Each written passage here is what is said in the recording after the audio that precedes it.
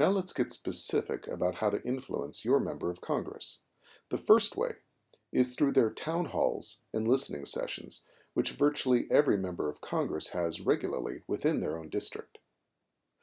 First, these events need to be tracked by your trackers. When will they happen? Where will they happen? Make sure that all your volunteers know the details. Your researchers are going to build a question list specific to this event. Coordinators will make sure everybody has rides, make sure that recording is going to happen, and that all other logistics are covered. The volunteers arrive early, meet up, get organized. Now to ask questions, first, researchers do your research. Make sure that your questions are backed by statements from the member of Congress and other information that you can find online and elsewhere.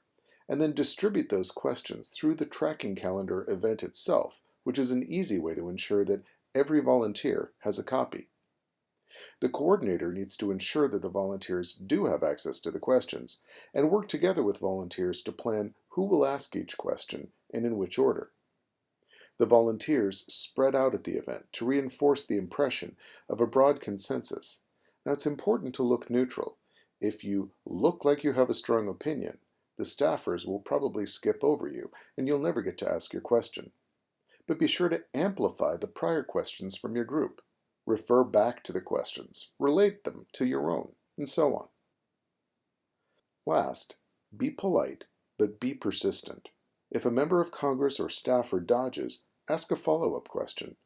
Don't give up the mic until you are satisfied with their answer. Now as to video recording in the media, well, record everything.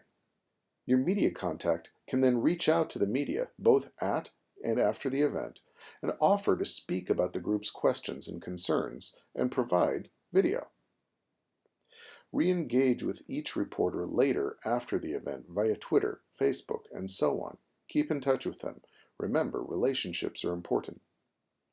Be sure to share everything you've got and tag the member of Congress in all of your posts on Twitter, Facebook, and elsewhere. Elevate the stories of those who are most directly affected. They're your most sympathetic advocates. Now, if you're working with a group, it's time for a lab on writing good questions. Divide up into groups and choose one Trump-related issue per group. Be specific. And then collaborate as a group around writing pointed, fact-based questions. If you have access to the internet, use it. And then reassemble to discuss which questions are best and why, and how you would go about asking them and to whom you would ask those questions. Share all these questions with the research volunteers who are going to go to work later creating a whole spreadsheet, perhaps, of well-informed, well-backed questions that you can ask and ask again until you get the answer that you need. Next up, we're going to look at how to interact with a member of Congress at other events where they show up in their own district.